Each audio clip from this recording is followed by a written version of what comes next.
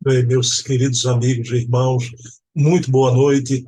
Estamos aqui em mais um programa, Hermínio C. Miranda, o grande escriba, na companhia da minha querida amiga Ana Maria Miranda, filha do professor Hermínio, em mais um episódio muito especial. O seminário de corpo inteiro e de viva voz, com o Hermínio C. Miranda, a sua segunda parte. Vamos ver hoje o segundo episódio com muita maestria, categoria, com muito amor, com muita propriedade. Hermínio vai discorrer aqui sobre as belezas dos princípios da doutrina espírita. Bem, mas como sempre fazemos, um voo rasante nos nossos programas. Amanhã teremos com o pesquisador e documentarista espírita Silvio Mariano o programa Resenha Literária, sempre trazendo dois livros à guisa de indicação. Eu e Silvio entabulamos uma conversa. Na quinta-feira, o programa O Metro que Melhor Mediu Kardec, com Dona Heloísa Pires, que dispensa apresentação, né? Esta flor de bondade, de alegria, de amor à obra do Pai. E vamos conversar aqui sobre a obra e a vida também de Herculano. No sábado, agora, teremos este programaço, Leon Denis, o apóstolo do Espiritismo, com o querido francês Charles Kemp, com toda aquela fleuma, elegância francesa, sobre a vida e a obra de Leon Denis, trazendo aqui fontes primárias, documentos, memória, tudo nesse canal é em prol da memória do Espiritismo, né? E no domingo, com Luciano Clay Filho, esse querido e grande historiador, biógrafo de Bezerra, o programa Bezerra de Menezes, o Kardec brasileiro, né? Botando os pingos nos is de tanta coisa importante, mal contada, desvirtuada, sempre com fontes primárias, com documentos, né? É um programa maravilhoso. Está aí os 4 programas semanais. O de Hermínio, a resenha literária, o de Heloísa Pires e o do Luciano Klein. Mas temos também os programas mensais, que acontecem somente aos sábados, às 20 horas. No primeiro sábado, falei aqui, porque este sábado agora, o Leon Denis, o apóstolo do Espiritismo, com Charles Kemp, o presidente da Federação Espírita Francesa. No segundo sábado, com César Perry de Carvalho, ex-presidente da USE, ex-presidente da FEB, temos aqui o programa Memórias e Reflexões, que traz as memórias da vida do César Perry, mas a vida dele, como eu sempre falo, está incrustada no movimento espírita brasileiro, né? Em várias quadras, vários decênios, né? Então, é um programa revelador, importantíssimo. No terceiro sábado, às 20 horas, com Adair Ribeiro, o curador do Museu Allan Kardec Online, trazemos aqui o programa Portfólio Fontes Primárias. O Adair é quem detém o maior número de documentos, 3.000 documentos de Kardec, da época de Kardec. Essa trazedura veio da França, não é? Então, é de importância muito grande. Vocês terem ideia, não é? As cartas de Kardec do Canuto foi muito propalada e tem um valor exponencial também, mas são 700 documentos. O Adair possui 3.000 documentos. E ele traz aqui, né? Esses documentos, então, já vi até a carteirinha da Sociedade Parisiense dos Espíritos. Já pensaram? É um programa imperdível. E sem falar que Adair, junto com Carlos Sete Bastos, outro grande pesquisador, Luciana Faria, outra grande pesquisadora, né? A gente deve, esse pessoal, ter salvo o movimento espírita daquela teoria da conspiração, que é o que se tornou, né? Da adulteração da quinta edição de A Gênese. Não houve adulteração da Gênese, foi achada a edição da Gênese de 1869, né? Em Neuchâtel, na Suíça. Então, e uma série de documentos, uma carta de Kardec para um livreiro alemão. Então, a daí faz parte, né, desse grupo de pesquisadores que salvaram o movimento espírita dessa narrativa. Embora tenha uma minoria mini que não desembarca dessa tese da adulteração, fico aí gravando lives e vão gravar até o fim dos tempos, né? Porque é muito difícil quando você faz tanta coisa, tantos livros, tantas lives, você desembarcar da teoria, né? Infelizmente, mas a gente deve à pesquisa, à historiografia, ter resgatado a verdadeira história. Não houve adulteração. Né? Então, meus queridos amigos e irmãos, para encerrar, no quarto sábado, com Leonardo Marmo Moreira, temos aqui o programa O Eco da Imprensa Espírita, repercutindo tudo que sai da imprensa espírita do Brasil durante o mês. Né? Leonardo Marmo, que é articulista da revista Reformador da FEB e da revista semanal O Consolador. Né? O pessoal está aí, são 8 programas, 4 semanais e 4 mensais à disposição de vocês. Né? Mas vamos fazer a prece, Ana Maria já está aqui juntinho comigo, vamos elevar o pensamento a Deus, agradecer ao nosso Pai de bondade infinita por mais essa oportunidade, uma oportunidade dos céus, de ouvir o nosso querido e velho escriba, Hermínio C. Miranda, este grande escritor brasileiro. Ninguém escreveu tanto sobre o espiritismo do que o querido e grande escriba Hermínio C. Miranda. Agradecendo desde já a Jesus, a quem tudo devemos, por mais essa oportunidade. Um momentinho para Ana Maria vir aqui conversar conosco. Olha lá, pessoal, olha a Ana Maria já aqui conosco em mais um episódio de Hermínio C. Miranda, de Corpo Inteiro, de Viva Voz. A gente, no programa anterior, a gente viu a introdução do seminário. Hermínio com aquela categoria, aquela calma, tranquilidade, falando sobre o seu início pela mediunidade, né? Através do Fleury, daquela reunião, os espíritos aparecendo, se comunicando. Pessoal, e a gente parou exatamente naquele momento em que ele ia conversar com o espírito que asseverava que era a sua última encarnação aqui na Terra, que iria partir para o degredo, né? Quando a Terra, nessa transição, se tornar um planeta de regeneração. A gente vai ver hoje a continuação dessa conversa. Eu vou atrasar um pouquinho para a gente pegar do início e quero aqui, antes de cumprimentar Ana Maria, dizer a vocês o seguinte: da mesma forma que eu falei na semana passada, muita gente pode não ter visto o primeiro episódio, está chegando aqui agora, né? Pessoal, quando eu parar, a sensação que dá na gente é por que parou agora, não é? Logo aí, logo nesse momento, em qualquer parte que eu pare o seminário do Hermínio, vai dar essa impressão. Aí vocês guardam a expectativa e assistem o próximo episódio, né? Como eu comentei, eu assistiria o próximo episódio até desencarnado. Aí uma amiga nossa comentou no chat, viu, Ana Maria?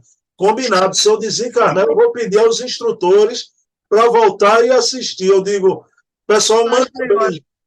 Achei ótimo. Entra na vibe, Ana, entra na vibe, manda bem. Eu vi, eu achei ótimo aquilo, maravilhoso. Eu vou pedir licença para voltar só para assistir. Mas, Ana, querida, a palavra com você. A emoção foi grande e aquela repercussão toda.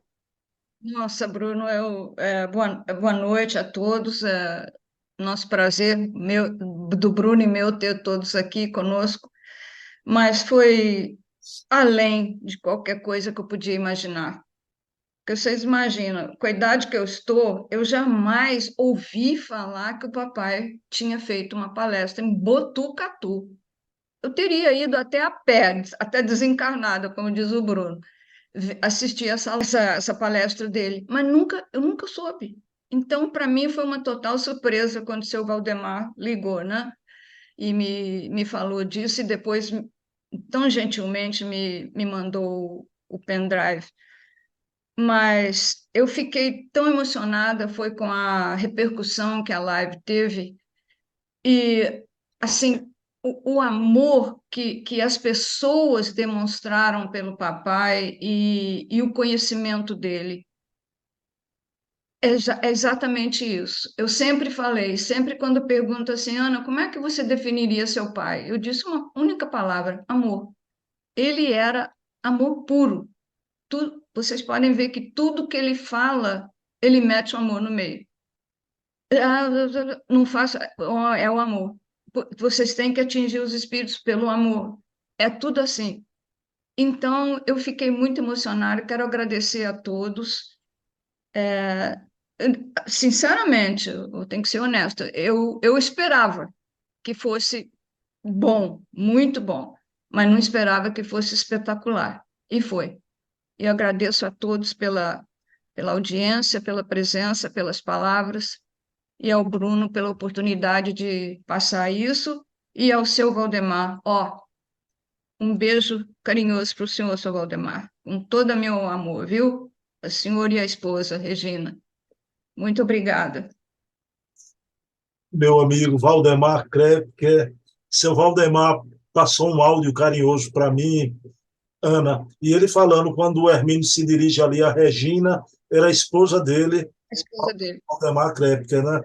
Então, Ana, o chat ficou uma verdadeira, deixa eu usar uma expressão aqui do Nordeste, viu, Ana? Com uma verdadeira tripa. Não acabava mais os comentários, já. Eu Chat também. corrido. E apareceram no chat pessoas ali, a querida Elza Rossi, que eu nem sabia que tinha voltado de Londres, está no Paraná, né? Elza me manda sempre tudo dela, é uma querida, né? E alguém que eu conhecia, você não me conhece, mas eu já lhe conhecia porque a Ana me passou uma foto sua, não é? O querido Guto Abranches apareceu no chat. Só que, Guto, você era jovenzinho, viu? Eu preciso, 36 anos depois, ver uma foto nova sua, viu? Uma foto, É, mas muita emoção, né, Ana, esse pessoal. muita emoção. E a Elza, eu fiquei sabendo, ela é amiga do seu Valdemar. Olha, Amiga. Eu não sabia disso, fiquei encantada também. Ela, nossa, aí ele como se comunicou com ela, ela mandou cópia para mim do zap que ele mandou para ela. É uma família, né? Nós fizemos, não, o seu programa fez uma família, né? Uma egrégora, como você chama, né? Então, estou muito contente. De tudo, eu acho que eu sou literalmente a menor. Eu sou um dos menorzinhos na nossa família. Mas eu faço o que eu posso, e dentro das minhas limitações, né? Lógico. Mas o povo que nos acompanha é extraordinário e eu acho que eles entendem as minhas imperfeições. Que bom. É o único jeito de eu falar do papai. Ana, eu só queria, para a gente começar, agradecer a duas pessoas, né? Você sabe que não só no programa do Hermínio, alguns outros programas, eu quero agradecer a um amigo que é orador espírita e ele também é técnico de informática, não é? A você, Berg Baraúna, você sabe que muitos desses programas só foram possíveis porque você me socorreu. Veio na minha casa ajustar a máquina, então sempre tem, eu aprendi isso, viu, Ana? Os obsessores tecnológicos que tentam intervir, mas eu tenho os anjos da guarda. Você, Berg Baraúna, é um anjo da guarda meu. Gratidão, amigo, viu? E outra pessoa, Ana, que é aqui do Recife também, oradora, estudiosa, Valéria Pessoa. Ela é sua fã number one. Ela Number one. costuma usar uma Obrigada, Valéria. expressão, viu, Ana? Costuma usar uma expressão. Ela diz: como a Ana Maria é classuda. A mulher tem uma classe, tá vendo aí, Ana? Elogia Ah, mulher, viu? Que mulher não elogia mulher, viu? Tá vendo aí? ela está enganada. E adora. A sua voz, ela diz também, né? A voz da Ana Maria. Pois é. E o professor Hermínio, garboso, belo. A Valéria até me disse como o Hermínio era bonito. Eu digo, É. o Egito Antigo vai responder hoje, a gente vai ver. o que essa beleza causou no passado. Ô, louco! Terremoto. Ana, podemos começar? Vamos começar agora. A gente vai ver exatamente quando Hermínio vai conversar com aqueles espíritos que estão tendo, na visão deles, é a última oportunidade aqui na Terra. Mas o Hermínio vai poder ajudar um espírito deste, né? Vamos lá e ver outras coisas mais, até da reencarnação do professor Hermínio, né? Então eu vou compartilhar a tela, 2 minutinhos só. Há pouco estávamos tratando de um grupo de espíritos que estão convictos de que não há mais lugar para eles na Terra, porque eles sabem tão bem quanto nós, ou talvez melhor, que a Terra está numa fase crítica final de uma época, de um período, de uma etapa que vamos passar para outra. Não é no dia 1º de janeiro, como muito bem lembrou o Divaldo aqui. E muitos de nós que já viemos exilados, daí a minha história naquele livro, que é um espírito que veio exilado já da capela, né? Muitos de nós que viemos exilados, vamos ser exilados de novo, porque não aprendemos a lição. Já imaginaram, como disse o Dr. Bezerra uma vez para mim, numa mensagem, já imaginaram os abismos de tempo que serão necessários para que esses espíritos retomem a sua trajetória evolutiva no ponto em que deixaram? Então, me dizia este exilado, você já imaginou? Eu que sei o que é um arranha-céu, um palácio no mundo em que eu vivia, cheguei aqui, tinha que cavar um buraco para viver como um bicho. Então eu disse a eles, meu caro, você está dizendo que decidiram que não tem mais condição para vocês se recuperarem. De fato, o tempo é escasso, não vai dar para vocês se redimirem numa encarnação ou duas, ainda mais que são encarnações previsivelmente difíceis, porque vão renascer com compromissos, com problemas de toda sorte, em situações bastante adversas. Mas, porque vocês acham que chegando a este novo mundo para o qual vocês já estão esperando ser deportados, vocês vão ter condições de organizá-lo à sua maneira, fazê-lo à sua imagem e semelhança? Vocês vão ter corpos rudimentares, através dos quais não será possível expressar a inteligência que vocês têm, nem o conhecimento que possuem. Vão viver vida animal durante milênios, até chegar. A conquista do espírito fica lá, mas até chegar ao ponto de poder expressar, traduzir aquilo em ação. Quanto tempo se passou? Ah, mas o tempo, nós temos a eternidade. Bem, claro, podemos ir a Deus, como disse a um deles uma vez, através das estrelas ou através dos pantanais, a escolha é sua. Mas não se esqueça, meu querido, que a misericórdia de Deus é infinitamente maior do que todos os nossos crimes reunidos. As leis de Deus são feitas para nos levarem à perfeição, não para dificultarem a nossa marcha. A dor, como dizia um amigo espiritual meu, é o resultante do nosso atrito com as leis divinas. É a resultante do nosso atrito com as leis divinas. Cada vez que você atrita com a lei, vai doer. E quando você causa a dor a um companheiro de jornada, a lei vai te mostrar, não para te punir, para te ensinar que a dor dói. Dói mesmo. Então, vamos ser inteligentes. Eu não sei dessa conversa qual foi a palavra que eu disse. Ele obstinadamente, não tem jeito, você não está sabendo de nada, eu tenho a minha realidade, você vive numa fantasia, essa história de progresso, de evolução, de Cristo, não sei o quê. O Cristo está muito bem, mas nós não vamos lá. Na semana seguinte, o Espírito chegou, apoderou-se do médium, a conversa era totalmente outra. E o que houve? Perguntei. foi a sua palavra. Eu não sei o que houve que mudou em mim. Eu levei aquilo, comecei a pensar,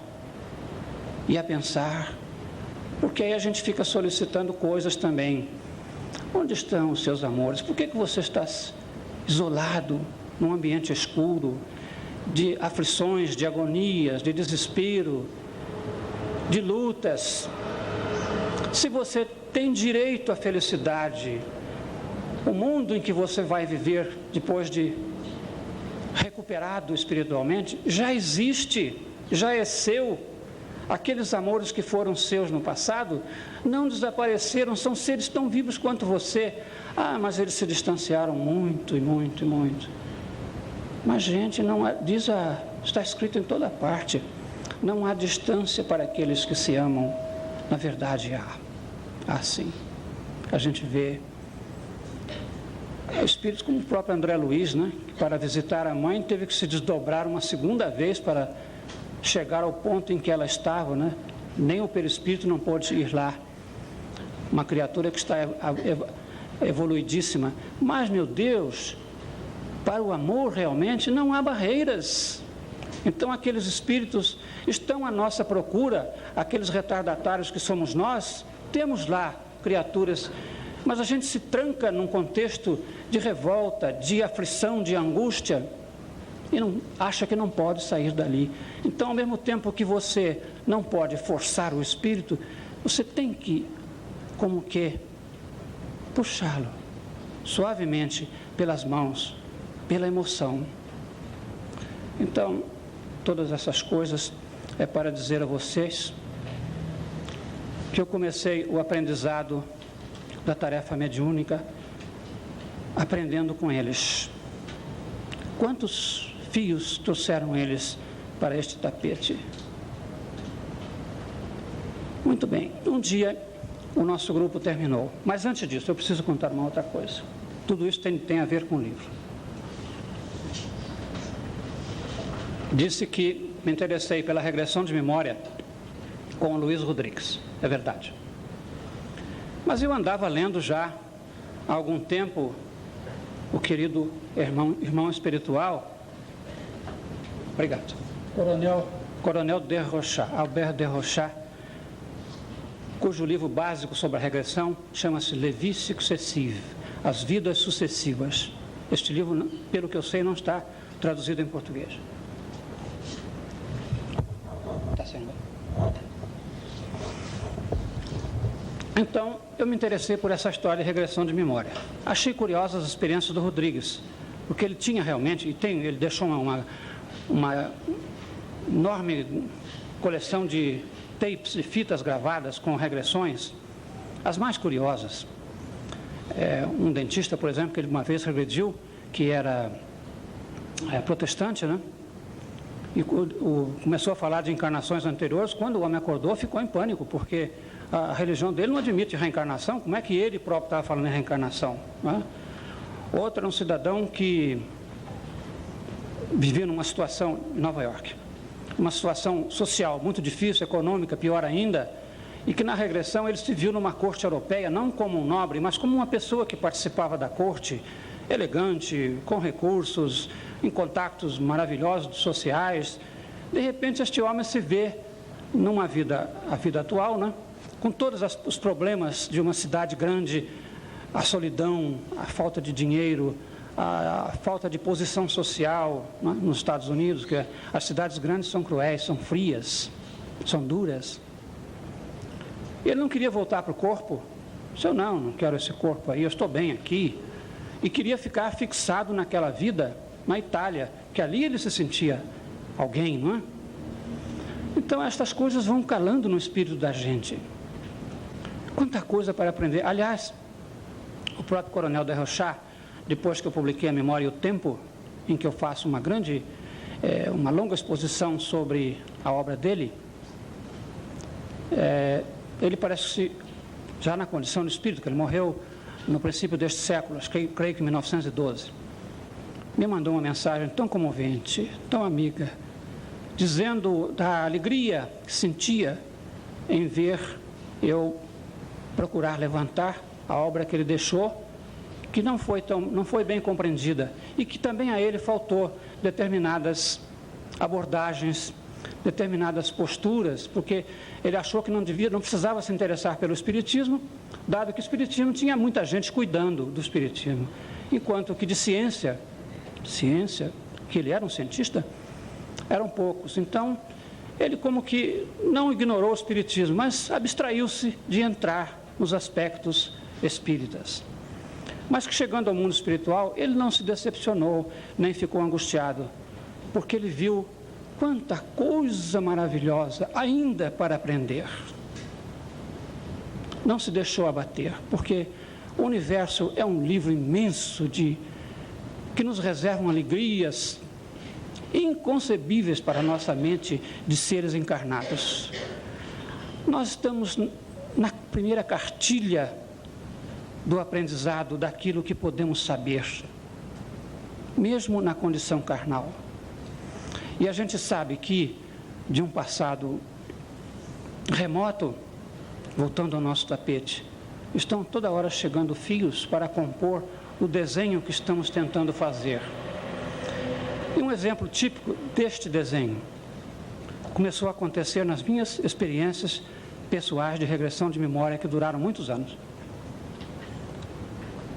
Chegou-me um fio das remotas encarnações egípcias, quando, não sei se isto, não vou dizer com a satisfação ou orgulho, quando era um sacerdote, fui várias vezes sacerdote lá, que vocês sabem que a religião egípcia tinha o culto exterior, os símbolos, os rituais, as imagens, os templos, mas aquilo era exotérico, era para uso externo, para o público, para o povo.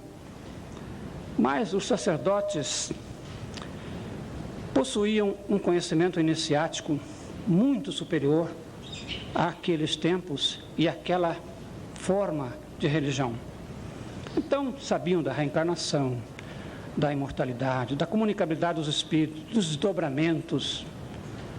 Na Memória e o Tempo, vocês poderão lembrar, não sei se todos leram, o primeiro capítulo começa com uma regressão. Eu estava fazendo umas demonstrações num centro espírita lá no Rio. De repente, uma pessoa ao meu lado ficou magnetizada com os passos que eu estava dando numa outra senhora. Ai, meu Deus, eu quase morri aquele dia. As emoções da pessoa que traz um testemunho de que te conheceu naquele remoto passado e de que te amou. Já imaginou? De que morreu queimada por causa desse amor, porque era um casamento, uma ligação proibida por causa da minha condição de sacerdote. A pobre criatura mal podia falar, eu muito menos. O marido dela do lado.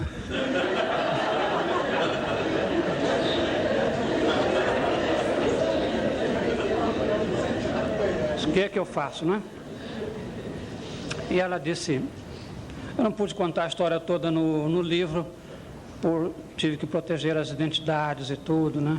Essa história é uma outra novela que talvez um dia até escreva. Mas, podia dizer, mas isso é fantasia, não é? Isso aí você inventou, ela inventou essa história e você também inventou. Mas, meu Deus, fantasia com aquela carga de emoção. A criatura falava alguma coisa, voltava-se para mim e dizia, quem é você? Contava mais alguma coisa, voltava a perguntar, mas quem é você? Eu não estou sabendo de nada, porque eu não estou com a memória integral, ela que está tendo acesso à memória. Né? Aí, na segunda reunião, aliás, eu não conhecia esta moça, mas deixa eu botar um detalhe aí. Eu disse que o marido estava do lado. E houve, das muitas encarnações no Egito, eu devo ter andado por lá, eu estou até num livro do Rochester, não posso contar para vocês, que vocês vão me descobrir lá. Não é, graças a Deus, não é nenhum patife, não. Porque o Rochester tem uns tipos, vou te contar. Por isso é que eu traduzi um livro dele, eu acho que eu gosto muito dele. Mas, numa dessas encarnações, e isso está no livro da Shang-Tsing, conhece? Nefertiti, os Mistérios Sagrados do Egito. Esse não é um livro mediúnico. É um livro escrito por uma escritora brasileira que tem um conhecimento muito grande das suas encarnações anteriores, no Egito, na China. Então ela conta um período em que viveu o Amenófis III e o Amenófis IV, que é o Akhenaton, o faraó chamado herético. E existe lá, os sacerdotes eram cirurgiões também, né? Eram os médicos do tempo, porque eles faziam o desdobramento, as curas, as operações, e quando o faraó estava para estado terminal, como se chama hoje, doenças irreversíveis, né? Chamavam o sacerdote médico para abrir o tampo aqui da cabeça, trepanação, a fim de que, era uma espécie de eutanásia, né? Libertar o Ka, ou seja, o espírito e o perispírito. E segundo me disseram os companheiros espirituais, eu teria sido esse sacerdote que fui lá fazer esta operação no Amenófis III. Bom, este cidadão, marido desta moça, também não posso dizer o nome, desculpe, porque vocês identificariam, não é porque eu tenha receio, eles até se separaram depois, não foi por minha causa, graças a Deus. E eu também nunca mais a vi, e nem ela se interessou sequer pela gravação. Ela só deu aquele nome, a Ixa, que está no livro, a pequena flor da Campina, disse ela, a Ixa. Ela era uma sacerdotisa. Mas esse cidadão, eu vim a saber depois, ele fez uma operação na cabeça e usava uma placa de platina para proteger a massa encefálica. Falei, meu Deus, será que é esse o homem que eu abri a cabeça dele lá? E agora está casado, marido dela, e agora está casado com a moça. Bem, aí em 77 eu fui no Egito, né? Fui ao Egito. E fiz questão absoluta de ver a famosa Sala das Múmias. É uma sala separada, o Museu do Egito é meio confuso, mas tem uma sala separada para as múmias, ar-condicionado, as múmias estão em urnas de cristal, você chega ali, olha aquelas caras, tudo, né, aquelas figuras horríveis. E estava lá o Amenófis III, mas eu não pude ver se estava aberta a cabeça dele ou não. Mas, de qualquer maneira, isso aí é apenas para contar a minha situação difícil aí. Mas, enfim, a experiência de regressão de memória foi, assim, muito impactante para mim, porque ela depois identificou e disse que o nosso caso foi denunciado e que ela foi queimada viva. Bem, passado algum tempo, um confrade nosso, jovem, com o qual eu mantinha boas relações de amizade, e havíamos trabalhado juntos, feito algumas experiências de regressão também, me disse assim, chegou lá em casa assim meio sem jeito, não sabia por onde começava a conversa. Eu disse, eu tenho alguma coisa para dizer a você, mas não sei o que é. Ué, como é que eu vou saber, não?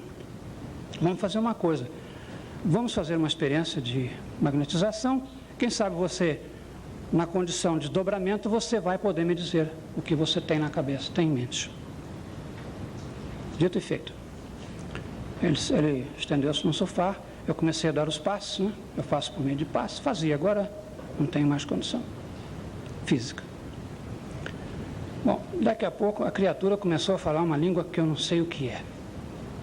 Ele entendia as minhas observações em português, mas me respondia tudo naquela língua. Eu só me lembro de uma palavra, ele dizia maré, maré. Mas o que é maré? Ele disse assim, água grande que corre para o mar, ou seja, um rio. Estava falando em suma sobre o Nilo, sobre a pirâmide. Acabou falando com muita dificuldade, mas conseguiu falar português. Para encurtar a história, ele foi o homem que denunciou o caso do sacerdote com a Ixa. E ele queria me pedir perdão. É fácil perdoar depois de 3.300 anos? Ah, não se preocupe com isso, meu querido, está tudo bem.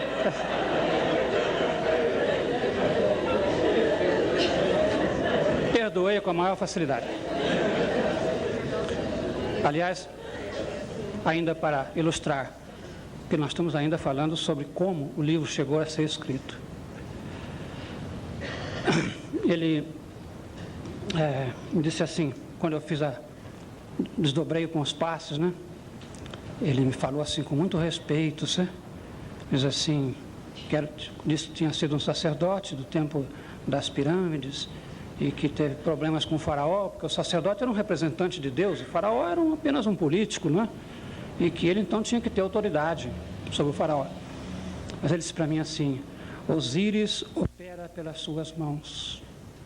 Ou seja, já havia naquela época adquirido a técnica, digamos assim, do passe, do desdobramento, da regressão, da reencarnação. Então, quando no nosso grupo nós resolvemos fazer em paralelo, grupo mediúnico, algumas experiências de regressão, o Egito outra vez. Escolhemos lá uma pessoa, tudo combinado direitinho e tal. Deita aí no sofá, eu dei os passes. Ela se desdobrou com maior facilidade. Se fosse uma pessoa muito resistente, talvez eu nem tivesse continuado com a experiência. Mas a primeira pessoa com a qual eu pessoalmente experimentei, funcionou maravilhosamente bem. Era outra egípcia. E esta pessoa, cada vez que se desdobrava, ela se via toda enfaixada, enrolada, presa, inibida, mãos e pés atados, toda vez que se desdobrava. E eu tinha conhecimento de um caso semelhante do Rodrigues. Então eu pensei, esta menina está... um corpo dela está mumificado em alguma parte no Egito, em algum museu, em alguma tumba esquecida. Então me ocorreu dar os comandos necessários para que ela se desvencilhasse daquelas tiras, daquelas ataduras, que a múmia é toda enfaixada, né? Então, eu disse, olha, você hoje vai se livrar de tudo isto. Você vai sair daí, vai se desenrolar dessa história toda. Vejo que você está preso, porque há uma imantação do espírito à múmia, mesmo séculos depois. Aquilo era feito com artes magnéticas. Eles tinham um elevado conhecimento de magia, no bom sentido, magia. A magia é uma forma de mediunidade, não é? Então, o espírito ficava como quem imantado aquelas múmias. E, quando ela se desdobrava, parece que era sugada, atraída, puxada para aquela imantação. E ela conseguiu se desvencilhar daquilo, acordou e disse assim, o que foi que você fez comigo? Eu me senti todo como se estivesse enrolada num imenso lençol, que alguém puxou e eu fiquei rodando. Ela custou a recuperar o comando do corpo, nunca mais voltou a passar por esse fenômeno. Então, esse fenômeno da regressão começou a me fascinar.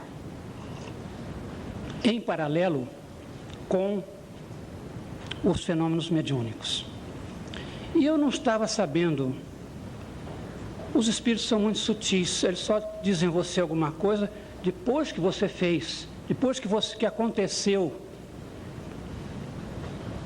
porque eles não querem interferir com o que você tem que decidir. O Divaldo falou aqui hoje sobre decisão. A decisão é sua, não é deles. Se o espírito começa a dizer, faça isso, faça aquilo, vai dando fora, vai escapando, porque não está bem o espírito que está dizendo isto. Então, eu comecei a me dedicar à regressão de memória, do que resultou o livro A Memória e o Tempo.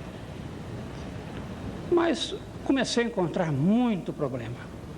Problemas principalmente emocionais, problemas com as pessoas com as quais eu convivia, porque a gente vai mexer num passado em que você encontra amores, encontra adversários, encontra amigos, e eles te trazem depoimentos, no fim você acaba um tanto envolvido naquilo, e eu achei que o terreno era muito difícil, muito perigoso, que eu não estava preparado para aquela tarefa.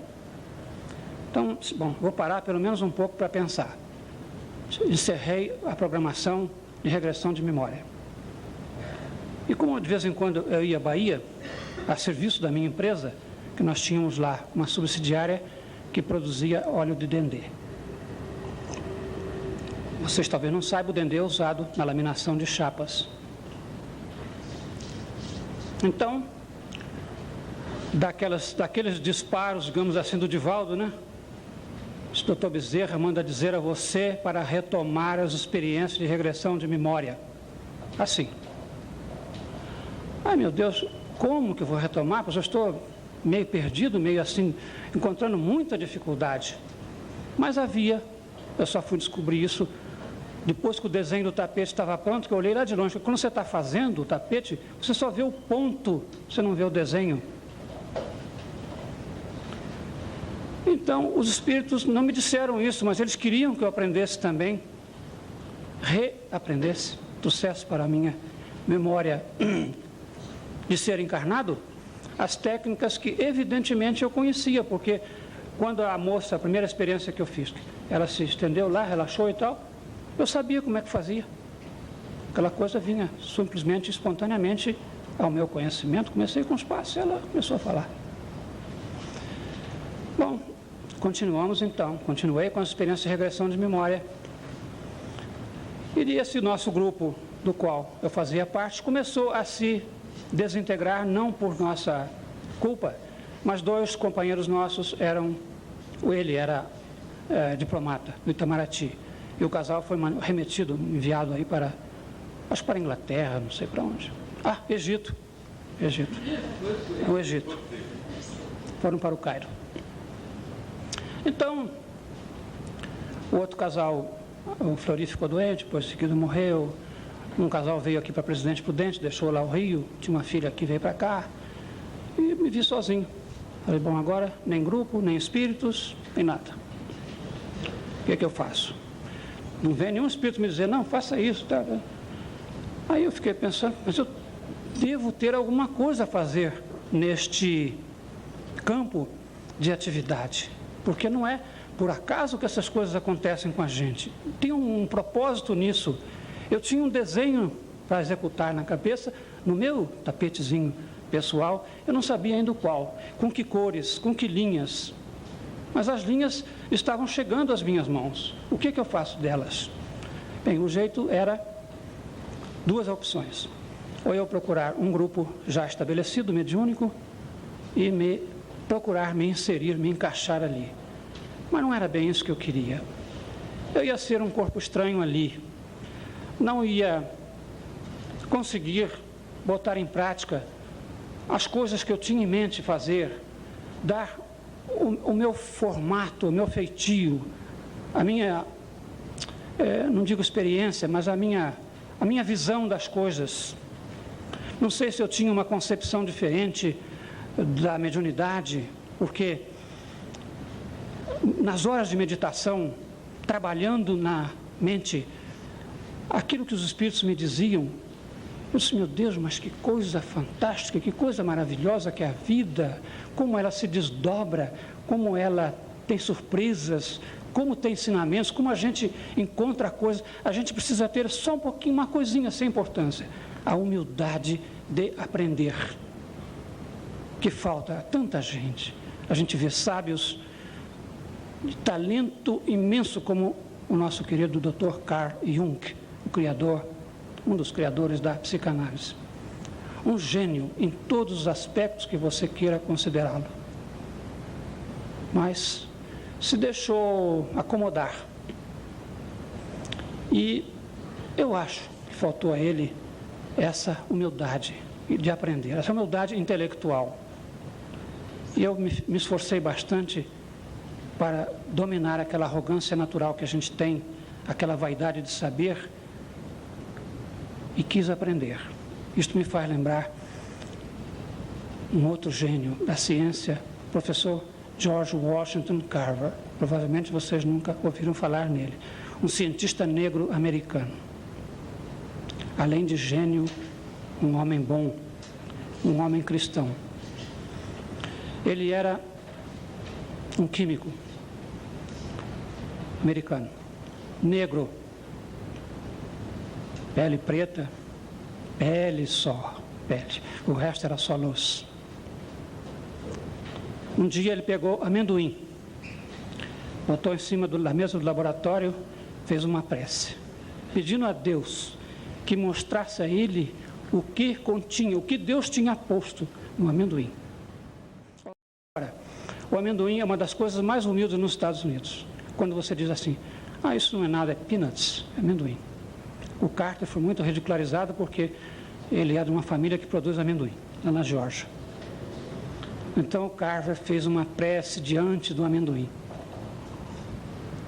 Sabem quantas coisas Deus mostrou para ele? 300 substâncias diferentes no amendoim. Ele tirava tudo do amendoim, manteiga, leite, corantes, eu não sei, é um monte de coisas. Então, eu procurei pedir a Deus que me mostrasse o que havia dentro desta maravilha que é a mediunidade, que é o intercâmbio com os espíritos. Bem, meus queridos amigos e irmãos, o nosso episódio de hoje, a gente dá uma paradinha aqui, um estacato, né? Eu sei que logo agora, logo aí, nesse momento, né, a gente podia continuar, claro, mas como eu falei, né, até desencarnado a gente vem assistir próxima semana, o próximo episódio. Ana, querida, seu pai, parece que o tempo do seminário vai passando, ele vai ficando mais à vontade com essa oratória de um mestre, né? De um orador perfeitamente cônscio, né? Do seu poder de argumentação. Seu pai é um enigma, essa oratória dele de um seminário só, não é, Ana? Eu sempre falo, aliás, todo mundo sempre fala que ele escreve conversando com o leitor, né? Eu acho que agora ele aproveitou para conversar com as pessoas mesmo, de viva voz. Ele falou assim, bom, agora eu vou falar, e falou. E o que ele estudou na vida, Bruno, não é brincadeira. Ele tem isso tudo na cabeça. É assim, palavra por palavra, ele tem tudo. Então, a única coisa que faltava a ele era falar, né? Porque ele falava para si, ou escrevia, mas conversando com o leitor, porque talvez a vontade dele fosse falar, mas não, ele não tinha o dom, ele achava que ele não tinha o dom. Mas olha aí, deu nisso. É assim, maravilha. Nossa, eu fico muito emocionada. Uma parte que eu achei muito interessante, né? Tanto a incursão que ele faz no seu passado no Egito Antigo, mas é a história que ele era um sacerdote, né? Teve um caso proibido de amor com a sacerdotisa e ela vai ser queimada. Mas, Ana Maria, você não foi a Botucatu, não é? Mas é uma história do amor do seu pai que remonta a priscas eras, não é, Ana? Que beleza isso, essa história de amor, não é, Ana Maria? Graças a Deus que a mamãe não soube, né? Mas olha, Bruno, sim, é uma linda história e muito triste também, né? Mas é muito bonita, porque imagina, por conta do amor dela por ele, que ele era um sacerdote, ele não podia entrar numa coisa dessa, né? Um caso de amor. Mas pelo amor dela por ele, ela foi queimada, meu Deus, né? E, e ela era uma sacerdotisa também. E ele ficou numa situação terrível, né? Imagina a situação dele na época, né? Com essa história. E ele disse que futuramente ele talvez escrevesse sobre isso, mas ele acabou não escrevendo, acho que ele não teve tempo. Mas é uma história muito interessante da Ixa, a Flor do Campo, maravilha. É uma das histórias mais lindas que os espíritos contaram, muito bonita mesmo. Ana, Até dói no coração da gente, né? A gente que é romântico, a gente fica assim, oh, meu Deus, mas por que que não deu certo? O que que tem ele ser prelado, um padre, qualquer um, não? Que pena que não deu certo, né? A gente fica assim. Eu sou muito romântica, então acho assim, eu penso assim. Mas o marido dela ali presente, papai não podia fazer grande coisa, não, né? Ana, essa parte é impagável, não tem preço. Porque o Hermínio, você já tinha falado para a gente, mas uma coisa é você falar, uma coisa é a gente de visu, ali na frente da gente. Tinha um morfino, a categoria do Hermínio, ele, olha, eu não podia perguntar, o marido estava ali, né? E depois se separaram, olha, não foi por causa de mim, não. Eu jamais voltei a vê-la, nem ela se interessou pela gravação. Mas a categoria, o morfino, né? Todo mundo rindo com suavidade ali no salão. É como eu digo, ele tem muito bom humor. O papai tinha muito bom humor. Então, de vez em quando ele solta uma pérola dessa, né? Muito interessante. Ana Maria, tem outro momento no seminário que o meu amigo, grande historiador, biógrafo de Bezerra, vai adorar com certeza, não é? Ana Maria, e você sempre citou, não é? O vínculo, a relação espiritual entre Hermínio, o Divaldo e o Bezerra de Menezes, né? Mas, Ana, o retorno do Hermínio para voltar a estudar as regressões de memórias, né? Houve um apelo, né, do Bezerra de Menezes do plano espiritual, né? Volte a fazer as regressões de memórias, né? Por certo, o Bezerra sabia a importância que teria o trabalho do Hermínio nesse campo, porque iria nascer essa obra que, para mim, é o maior libelo a favor da reencarnação, que é Eu Sou Camille Desmoulins. Mana, muito interessante o Bezerra pedir isso ao Hermínio, não é? Divaldo pediu uma vez ao papai para regredir ele, Divaldo. Não porque ele quisesse saber da vida pretérita dele, porque ele sabia. Ele queria saber do espírito. Uma regressão do espírito. Bom, combinaram um dia que o Divaldo vinha aqui no Rio e tal, ia ficar numa casa, o papai se encontrou com ele lá, na hora que ele marcou. Quando ele chegou na casa dessas pessoas, onde o Divaldo estava hospedado, o Divaldo chamou ele de lado assim e disse assim, Hermínio, ó, não vai dar para a gente fazer aquela regressão que eu te falei, não. Ele falou, não, por quê? Porque o Bezerra quer falar com você. Aí parou tudo, eles se sentaram e o doutor Bezerra se apresentou, né? E disse para ele isso que ele falou: não pare de fazer essas regressões. Número um, essa foi uma das coisas que ele falou. É muito importante que você continue fazendo, porque isso vai ter uma repercussão. Outros países, outras pessoas vão querer saber quais são essas histórias, assim como nós vamos querer saber as histórias deles. Então, você não pode parar com esse intercâmbio. Então, o papai, amém, entendeu? Outra coisa, o doutor Bezerra falava para ele era lei, mas absoluta lei. E eu tenho até dificuldade quando eu vou preparar uma live, qualquer coisa para falar com você, porque é tanta coisa do doutor Bezerra, ele sempre cita o doutor Bezerra, que se eu fosse. Eu faria uma coisa só sobre o doutor Bezerra e ele. Eu estou até tentando fazer isso, mas é muita coisa. O doutor Bezerra, para ele, era assim, sabe? Palavra final. E a resposta que o doutor Bezerra mandou foi essa: continue fazendo tudo. Ele, amém, acabou. Não tocou mais no assunto. Fui. Ana Maria, e fica essa mensagem para o movimento espírita brasileiro, né? Esse espírito maravilhoso, magnífico, Bezerra de Menezes. A gente aprendeu aqui no programa com Heloísa Pires que, de igual forma, foi com Hermínio, o Bezerra foi decisivo na vida do Herculano Pires. Ana Maria, o Bezerra, por Divaldo, auxiliando o Hermínio. E por Chico Xavier, auxiliando o Herculano. Até a mudança de residência de cidade de Herculano Pires foi orientada, né, por doutor Bezerra de Menezes. Então, fica aqui a nossa saudação, esse espírito magnânimo o querido médico dos pobres. Não é? Ana, minha pergunta derradeira para você, não é nem pergunta, né? Seu comentário.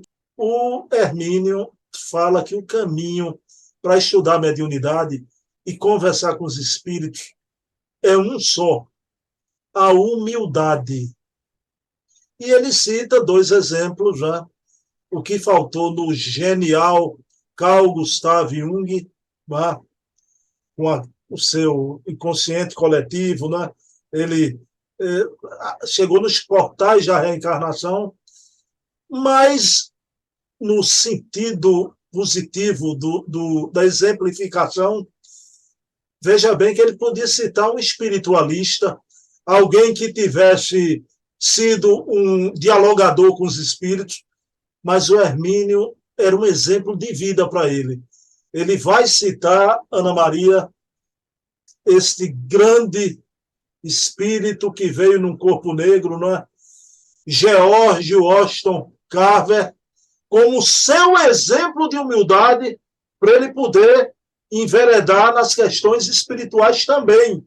E Ana Maria, no nosso programa até hoje, com maior visualização, trouxe aqui o Carver. Isso para mim é muito emocionante ver o Hermínio citar ele como exemplo para o seu trabalho também, Ana. Obrigada, Bruno.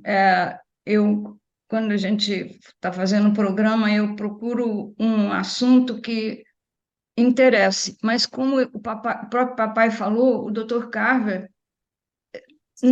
já não é mais tão lembrado nos Estados Unidos e aqui ele não é nem conhecido. Então, é por isso que eu quis trazer a história do Carver.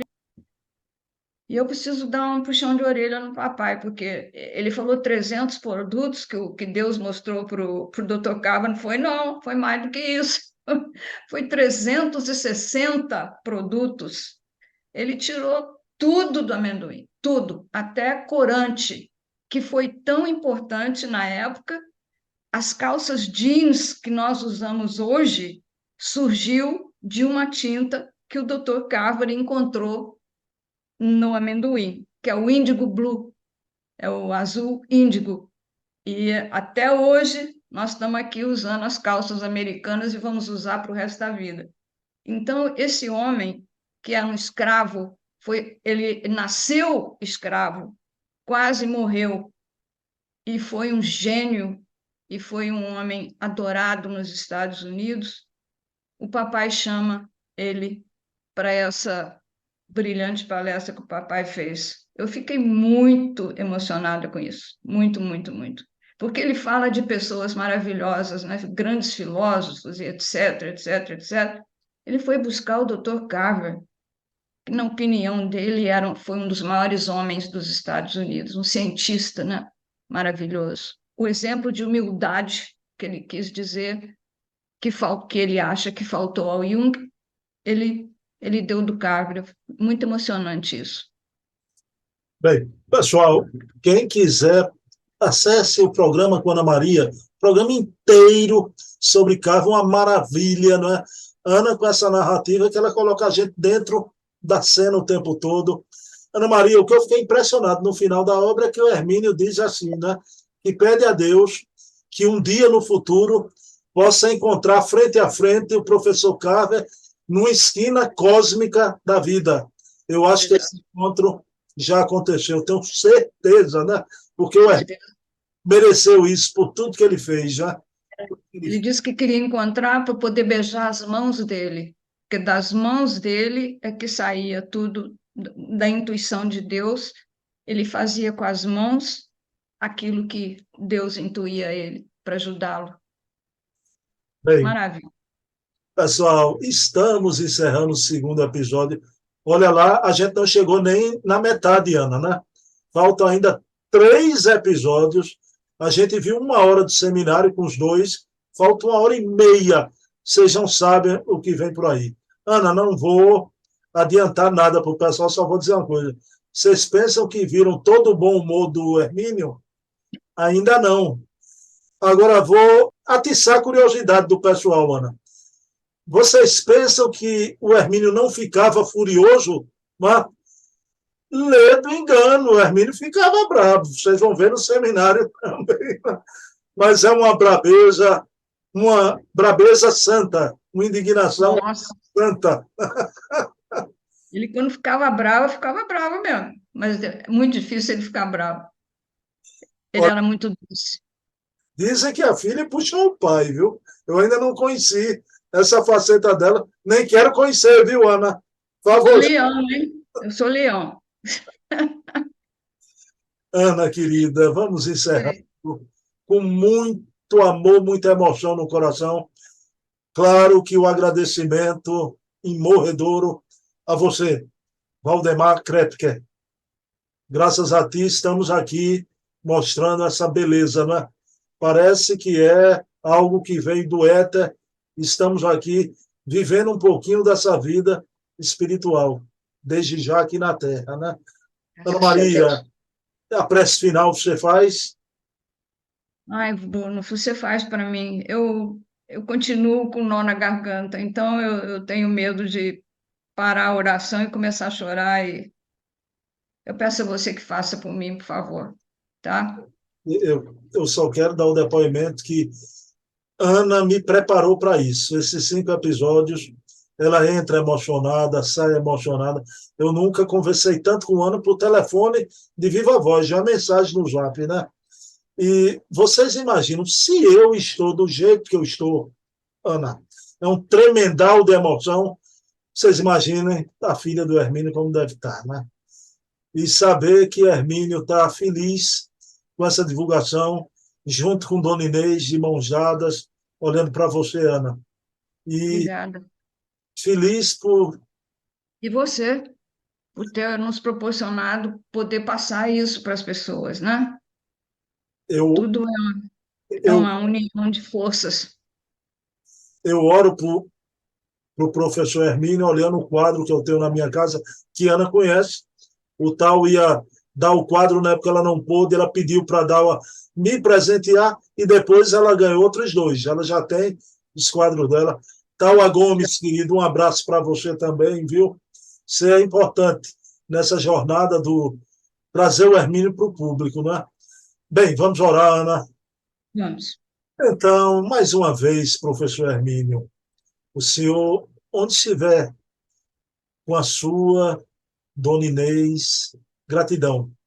Você que é esse espírito, como falaste, o exilado, o sacerdote egípcio, Barnabé na época do cristianismo, São Bernardo, Melancton, o companheiro de Lutero na Reforma Protestante, Robert Browning, o pai do grande poeta homônimo.